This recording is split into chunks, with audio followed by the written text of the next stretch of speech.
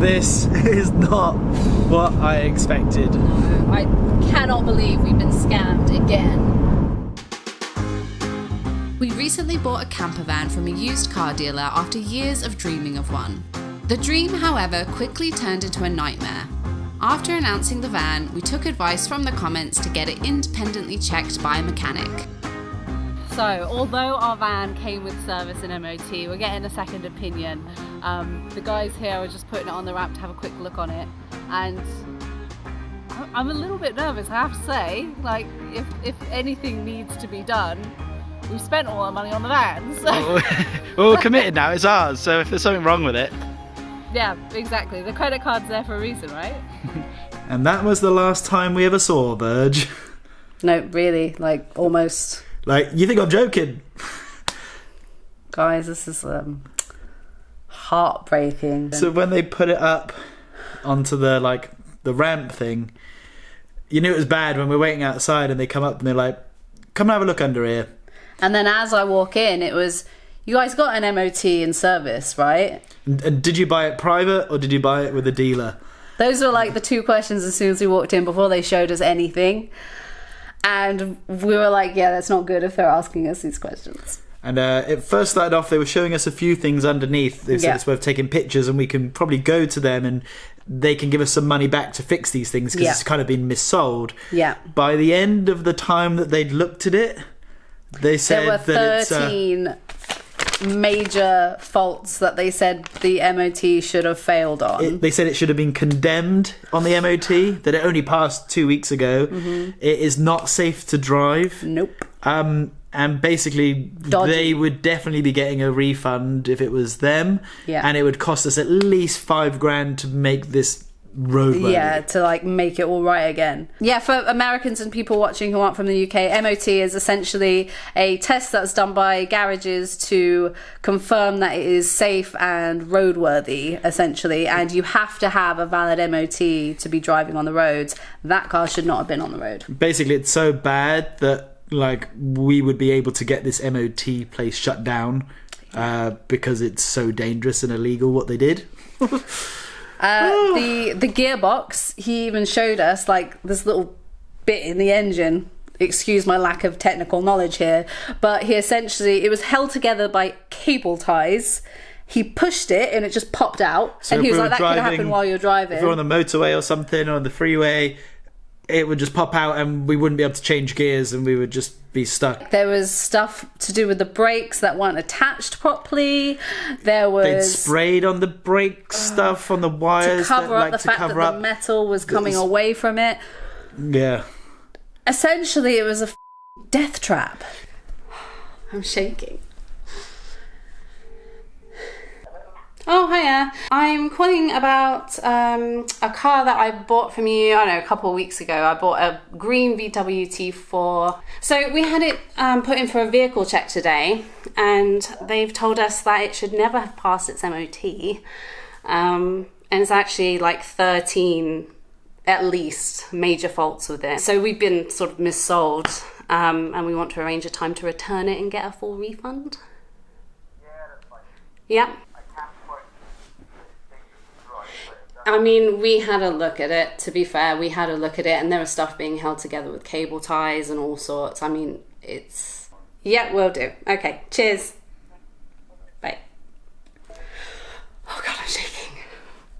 He was trying to say like, oh, well, that's weird because, you know, it's been for the MOT and serviced it and everything. And he's just like, okay, well, this will be interesting. Like, but yeah, we can arrange a time for you to come back, no problem, but send me the list of things that's wrong with him. Ooh. He knows. I can tell he knows on the phone. Like, he knows that it's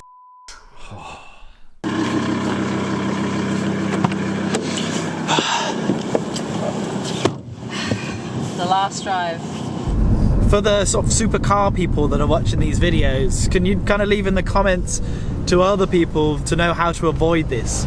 So now we will never not buy a car and not take it to a garage. Yeah, like during the test drive, we will tell them, look, we're going to go give it a once over at our local garage. From a dealer, you know, like it's not like a private seller. It's a bit shady. Like it's a place like with good reviews that's an established business, and they're still selling stuff off like this. But it cost us £32 to go to the mechanic today, and it's potentially saved us so much money. Thousands. So we know we need to do that in the future when we're buying cars. Is there anything else we need to be looking out for? Because I guess we're back on the car hunt.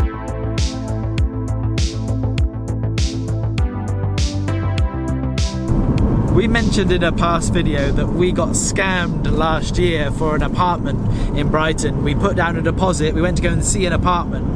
It turned out that it was just a scam artist who rents like an apartment on Airbnb for a day and then sells it. Like shows it around and sells it. And that took about 6 months to get our money back, and we did get our money back eventually. A year to the day, we bought this van and we were celebrating like, haha, I can't believe we got scammed last year. Now look at us. Look at us now. We're so happy. We can never buy anything in January ever again. We've made a pact. There will be no big purchases ever made or big decisions ever made in January. January is not the month for the beans. So I'd like to know in the comments, tell us your best scam.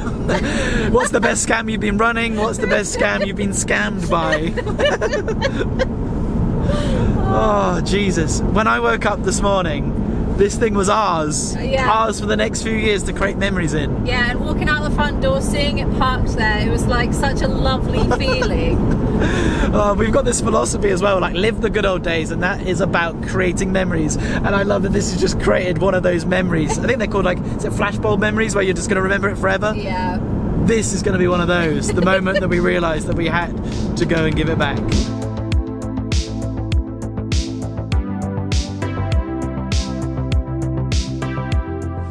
We are about 1 minute away. Do you feel as sick and nervous as I do? Not really, in that, like, we know what our rights are and he's got to give us a refund. If he wants to be a dick about it, then it could get a bit nerve-wracking, but... We're just not confrontational people. Anyway, yeah, we're literally pulling up. I can see the garage. So, wish us luck. Wish us luck, guys. Okay, you're going to be coming sneakily on my phone. I apologise for the recording quality because it's just going to be very sneaky.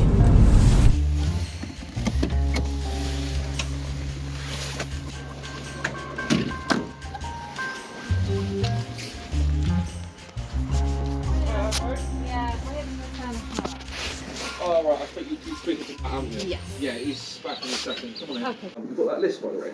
I have, but I should have a copy of that. The emissions thing doing scratch stuff is a really bad one.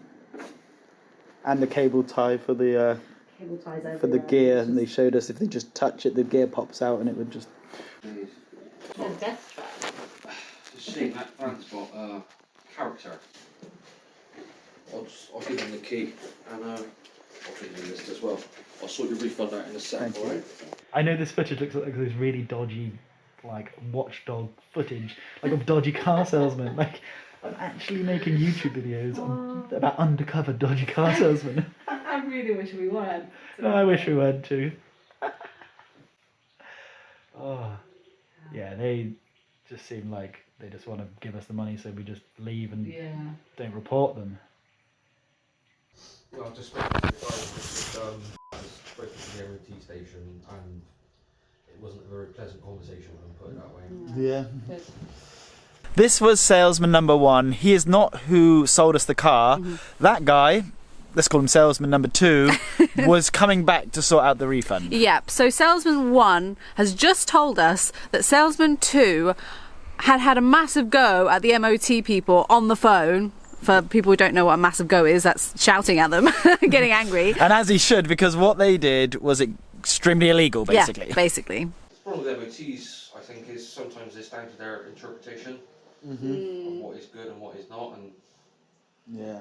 I mean, yeah, definitely the stuff they showed us, I don't think that's interpretation. It's just, well, yeah, and there's a fine line between interpretation and incompetence. yeah.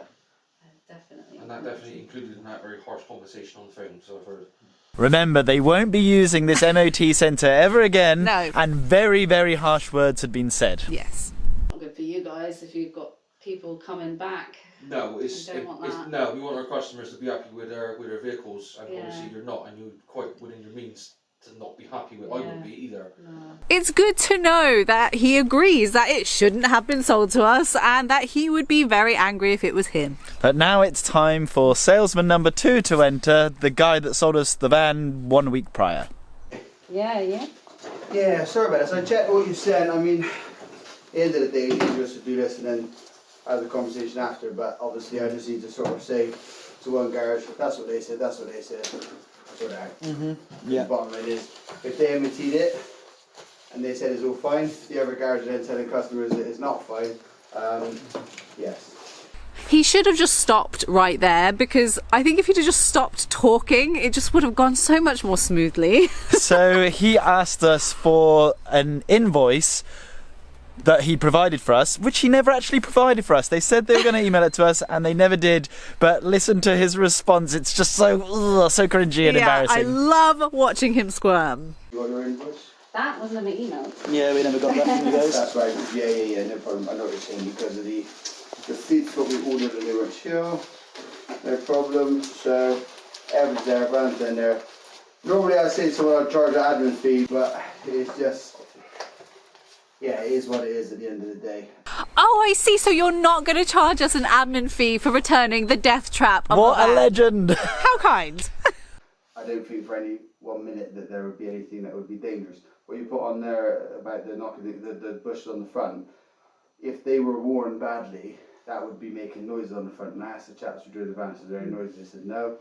At this point, he was basically just listing off all of the things that had been written down and saying why actually they were fine and they weren't a problem at all. And especially if you'd have seen how shocked our mechanics were at how bad this was.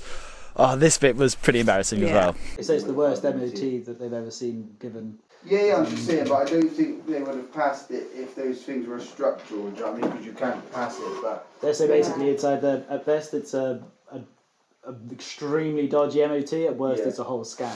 Like, I don't know, not really interested so much in the individual parts of it. Do you remember the first salesman that told us about that really harsh conversation that salesman 2 had had with the MOT centre? Put it this way, I'll check it myself. If there is anything that passed or shouldn't have passed, then obviously I won't probably be using it again. Obviously, probably. Obviously, probably. Obviously, Probably.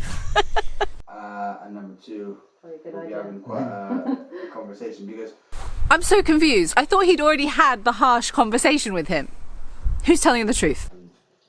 It wasn't a very pleasant conversation, when I put it that way. Yeah, it does happen, and like I said, I will have with them, but... Oh, at least get your story straight. It's so embarrassing. He must have mentioned about 10 times about how he was going to call them. Yeah. Even though the first guy had said that he'd already had real harsh words and you wouldn't want to be part of that conversation. But don't worry, it's not the car salesman who's lying. It's all the MOT centre's fault. I normally use it in Bridgerton, there's an MT station there, which I get on well with the chap because he's straightforward, he's honest. But with the others, they have overlooked things time and time again on other cars over the years I've used. Now, the trouble is they're always busy in Bridgerton, probably because they are so good. What could they possibly do? Their MOT centre was busy. So they're going to go take it to the one that time and time again, We quote, yeah. illegally pass cars that they shouldn't. We thought that by paying that little bit extra and going with a garage instead of a private seller, that we would be getting some kind of peace of mind. Yeah, clearly not. We have learnt a very valuable lesson. Yep. Made a big mistake. That basically Always it doesn't get your mean car anything. checked. It doesn't mean anything. No. For Brits that are watching, they will know that, the MOT is a big deal and it doesn't mean anything. Apparently not. So yeah, no matter what, whether you're buying it privately or from a garage or a trader, make sure you take it to get checked before you actually buy it. So I know there's a lot of people out there watching that understand cars, so they'll be like, of course, you idiots. But there's a lot of people out there, idiots like us, that don't know anything about cars. Exactly. And we don't want you to have to learn these same mistakes. So can you leave in the comments, how can you avoid doing What we did. what we did? Basically, yeah, because your comments may help someone else in the future, and we really appreciate it. And your comments helped us loads this time, so it's extremely valuable. Thank you, everyone. Huge shout out to Matt, one of our patrons, for recommending us Well Autos, who checked over our car. We are heartbroken but happy that we're not actually driving around in a death trap anymore. We're back to square one now. We're not really sure what's going to happen next, but watch this space because we're back on the market. So yeah, leave us a comment, let us know about any scams you know about with cars, what people should look out for, and your bad experiences. Put it down there below. Okay, please do that comment thing that she just said. Subscribe, and thank you so much for watching. We'll see you next time, and peace out!